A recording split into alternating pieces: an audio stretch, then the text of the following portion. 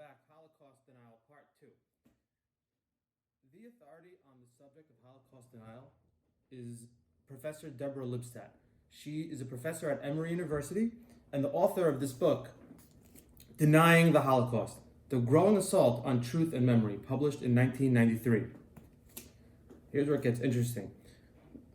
Within a year of publication of this book, she found herself embroiled in a massive international controversy when a Holocaust denier named David Irving sued her for libel. He purposefully brought the case to the High Court of England because, according to English law, the burden of evidence falls upon the defendant to prove that her description of him as Holocaust denier and anti-Semite are actually accurate.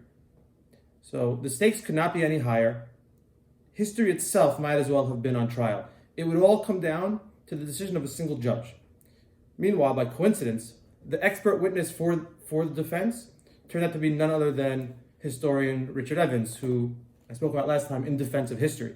He worked on the case for 2 full years and produced a 740-page report. He concluded, and I quote, "Not one of Irving's books, speeches, or articles, not one paragraph, not one sentence in any of them can be taken on trust as an accurate representation of its historical subject.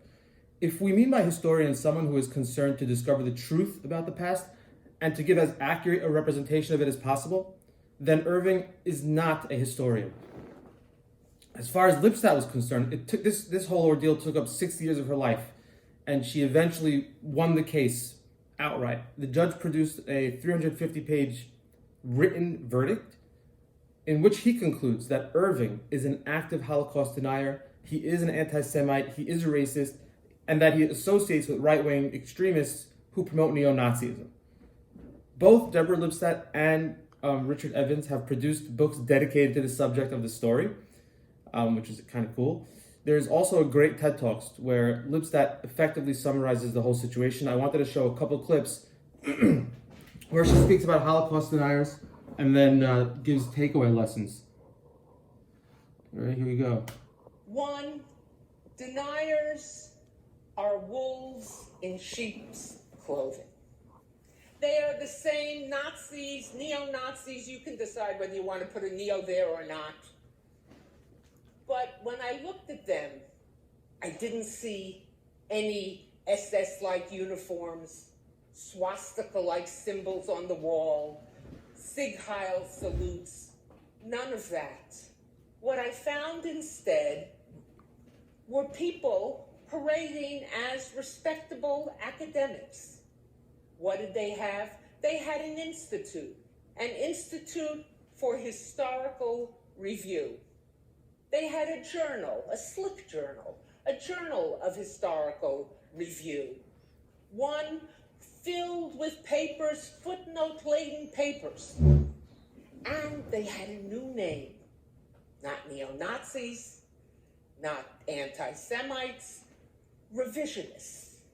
They said, we are revisionists. We are out to do one thing, to revise mistakes in history. But all you had to do was go 1 inch below the surface. And what did you find there? The same adulation of Hitler, praise of the Third Reich, anti-Semitism, racism, prejudice. This is what intrigued me. It was anti-Semitism, racism, prejudice parading as rational discourse. The other thing I found, many of us have been taught to think there are facts and there are opinions. After studying deniers, I think differently. Okay, I wanted to show one other part here. What can we do? What can we do? First of all, we cannot be beguiled by rational appearances. We've got to look underneath and we will find there the extremism. Second of all, we must understand that truth is not relative. Number 3, we must go on the offensive, not the defensive. When someone makes an outrageous claim, even though they may hold one of the highest offices in the land, if not the world, we must say to them, Where's the proof? Where's the evidence? We must hold their feet to the fire. We must not treat it as if their lies are the same as the facts. And as I said earlier, truth is not relative. Many of us have grown up in the world of the academy and enlightened liberal thought where we're taught everything is open to debate. But that's not the case. There are certain things that are true. There are indisputable facts, objective truths. Galileo taught it to us centuries ago. Thank you. So, I wanted to now give a personal story to show how this can happen in real life. Earlier this year, I was on vacation. I was hanging out in a hotel, and I met a random person who was working on something. I said, "What's going on?" Working on their master's thesis on the subject of environmental education. So I struck up a conversation. We were going back and forth, and then this person casually tells me that it's because of the imperialism of America and Israel, their military-industrial complex, and especially it's because of the Zionists. It's because of them all these huge world problems and environmental problems. It was so I heard the statement and I said, "Wow, that's pretty anti-Semitic and offensive." But I want to point out this happens. The people who say it like it's normal, and it comes out of people who are otherwise good-looking, articulate, young, educated, and apparently conscientious about the environment. To make a long story short, I was curious where the propaganda came from. Where do you get this stuff from? So I asked if she could provide me with some sources, and she sent me a link to this website that's by the Institute for Policy Studies, is what it's called, and the website breaks down the Israel and Middle East conflict. So I went to the trouble of looking at the website, and I want to just say I noticed a couple things. Number one, the website is fully developed, professional looking. It appears completely legit if you don't know what's going on. It's complete with timeline and other carefully selected details. I mean, it's sophisticated stuff. It's all debunkable, but it's time consuming. Number two, the presentation, if you just read it, is completely one-sided, distortionist, ahistorical, twisted. It completely distorts the actual picture. Number three, the hateful ideas that are present, they're embedded within a lot of other terms that usually sound that actually sounded very virtuous and benevolent, like terms like justice for this or peace for that. So it's very misleading. Digging a little bit more, I learned that the lead writer for this institute on the subject of the Middle East is this overt anti-Semite, anti-Israel activist named Phyllis Bennis. She's even referenced by the Anti-Defamation League, which is quite an accomplishment. Now, Googling about this institute, I came across this book, Covert Cadre, Inside the Institute for Policy Studies, by S. Stephen Powell, published in 1987. So the book is an expose about describing this really subversive, radical, pro-communist, pro-Soviet, pro-Cuba, leftist think tank that has obviously a very dubious history. It's been involved in spreading the spread of propaganda in the United States, and they've had people going abroad to undermine U.S. policy, and that this has been going on for decades. It's reading inside, it's pretty wild stuff. Figuring all this out and unraveling all the lies, my point is, takes work. It's not easy, and by the time you do it, the conversation's over already. For comparison, I actually want to show David Irving's books, which you can buy on Amazon. Here, what? Here you go. And looking at it's pretty impressive. Churchill's War, Volume 2. So this is a 2-volume book. 5 stars. The Warpath, David Irving, 5 stars. Churchill's War, 5 stars. Hitler's War, 5 stars. Hitler's War, Warpath, 5 stars. Nuremberg, 5 stars. If I didn't know better, these books look legit. They have great reviews. They look academic and scholarly.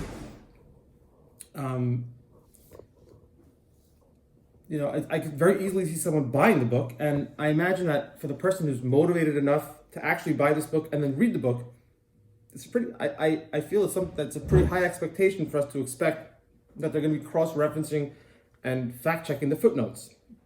Pretty tough. Getting back to Lipstadt, okay, there's also a full-length feature film that was produced based on this whole story, and it brings out the whole courtroom drama to life.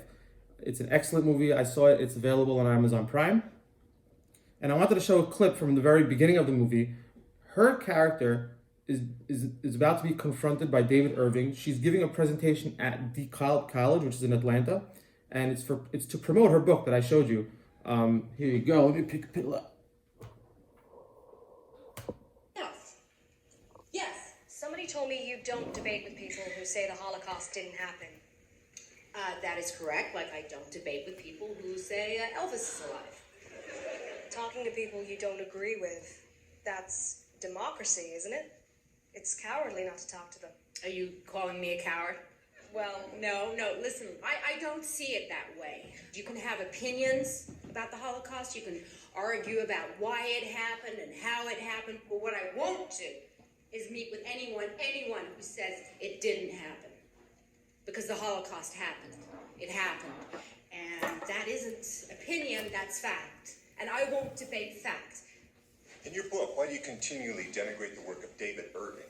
He's a scholar. He's discovered all sorts of primary sources no one else knew about. Well, to be honest, I don't think I do denigrate him. Actually, I don't really think about him that much. I don't think he's worth my time. Yes, sir, gentleman in the back. Professor Lipstadt, let me reveal something to you, Professor. I am that David Irving about whom you have been so rude. Yes, I am he. And it puzzles me that you think yourself qualified to attack me, given that I have 30 years' experience in the archives. And my books have been published by some of the greatest publishing houses in the world. Viking Press, William Morrow, E.P. Dutton. I have to conclude that the reason you don't engage with people you disagree with is because you can't. And you might learn some facts, Miss Lipstadt, which don't suit your opinions. Well, Mr. Irving, I will not debate you, not here, not now, not ever. So if you would please today sit I've heard down you telling and you lies to speak students. in another room at You another want time. gullible students to believe that there are mounds of documents which prove a Holocaust. You even said that Hitler ordered it. Well, I've got $1,000 in my pocket. Yes, $1,000, and I'm willing to give that $1,000 to anyone who can show me a document that proves that Hitler Mr. ordered the Irving, killing of the I would ask you Jews. please Here it sit is. down. This is $1,000. not your Q&A. You can go and speak somewhere else, but not with Who me. pays Not you to here, write your not book? now. Who is it? Who is it that finances all your expensive trips Sit around the down. world? Mr. Irving, You talk sit about down. documents. Please. I have a document here. It's an aerial photograph of how it happened. All right. And I wanted to show that because that really is how this thing can go down. You could appreciate the oratory skill, the intelligence, and showmanship of this Holocaust denier and liar. How hard it could be to respond intelligently in the moment if you're not prepared, and how confusing it is for the students who are actually going to figure out if you're a fly on the wall in the room. If anything, he looks like he's very confident, he's assertive, he knows what's going on, and she looked a little befuddled. At the very end, he says, who's paying for your expenses and who pays for you to write these books? The implication with that is that, as most Holocaust deniers say, that the Holocaust is a hoax in order for the Jews to raise money, or in order to raise money off of it, or in order to get more out of the state of Israel. The really scary takeaway from the movie is that the verdict in the court case was no foregone conclusion. There's a whole drama to it. She could possibly have lost this thing. And that whether in the courtroom or university hall or court of public opinion, the battle for truth is really formidable. It's not easy to win, and it's not to be underestimated. That scene that I just showed reminds me of this time I went to and I attended a BDS event at Indiana University, Purdue University. BDS, this is an anti-Semitic organization that calls for the boycott, divestment, and sanction from the state of Israel, including an academic boycott.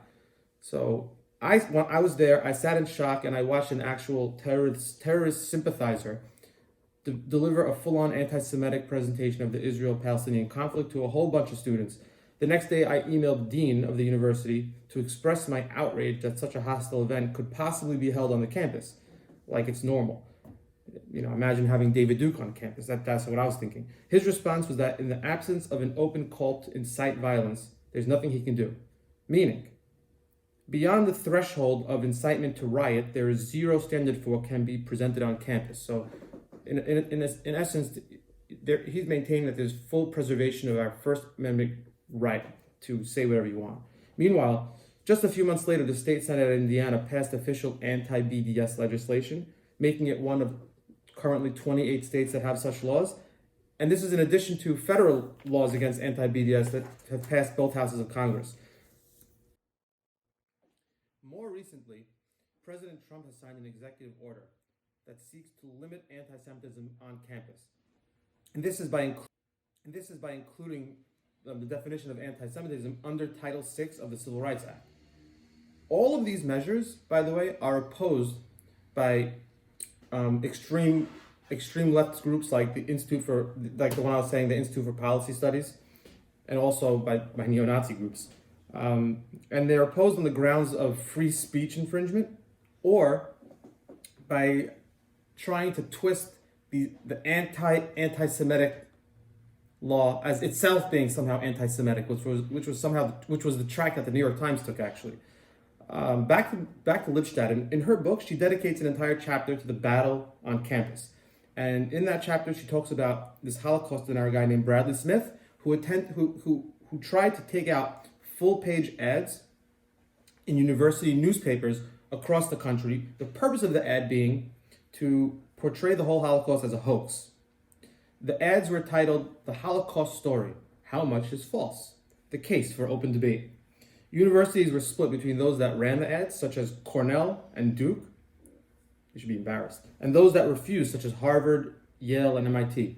It's fascinating to read about the responses of these prestigious universities and their administration. Some went as far as to claim that historical revision is a legitimate part of academics, and therefore there's no reason to even think that the ad should not be run. Others ran the ad on principle to show that they're pro-free speech, and therefore anything you want to say, we're going to put it in there in that ad if you want to pay for the ad. From her experience, Lipstadt concludes, and this is on a sober note, from what she's seen, that thought leaders, opinion makers, and students often fail to recognize Holocaust denial for what it is. Many cannot differentiate between reasoned arguments and blatant falsehoods. And worst of all, this call for open debate leaves the impression that there is another side that is deserving of our attention, which is why, as we saw in the video, she has always refused to debate people who don't believe in the Holocaust, and she's refused to go on interviews on TV or make television appearances where she's going to be seen or speaking with someone who's going to debate with her. Okay, so pretty much I wanted to emphasize a few final points now that I'm coming to my end. One, Holocaust denial commonly occurs amongst the educated people. It's not just a lower class or uneducated phenomenon, and it really occurs within the confines of our universities. This is often hidden amongst big words and these greater good or pseudo virtues that makes it difficult for students to identify. Two, denial is part of a more generalized academic and cultural trend that by intention devalues objectivity and truth, or claims that there is no such thing as truth because everything is biased and therefore there's nothing objective. In the process of this type of thought, everything is relativized and equivalized. So there's nothing to learn from anything. Basically, what I'm trying to say is that Holocaust denial in this form is a symptom of a larger disease. And three, maybe most importantly, is to recognize that denial and anti-Semitism in general transcends political affiliation. It's been seen and is seen on both the left and the right. It's hard for people to get this. Most people are very much blinded to what happens in their own party, but they jump all over when the guy in the opposite party says something anti-Semitic all of a sudden, because they're driven by their desire to see their political side win or be righteous. So it's human nature, and that's why we all have to check ourselves. So if you've made it this far, thanks so much for hanging around. I have actually another awesome story for next time to talk about. This is in discussing a couple of university students who went against the grain to figure out the truth, and in the process lost their heads. You got to come back to hear about that one. Thanks so much. See you around.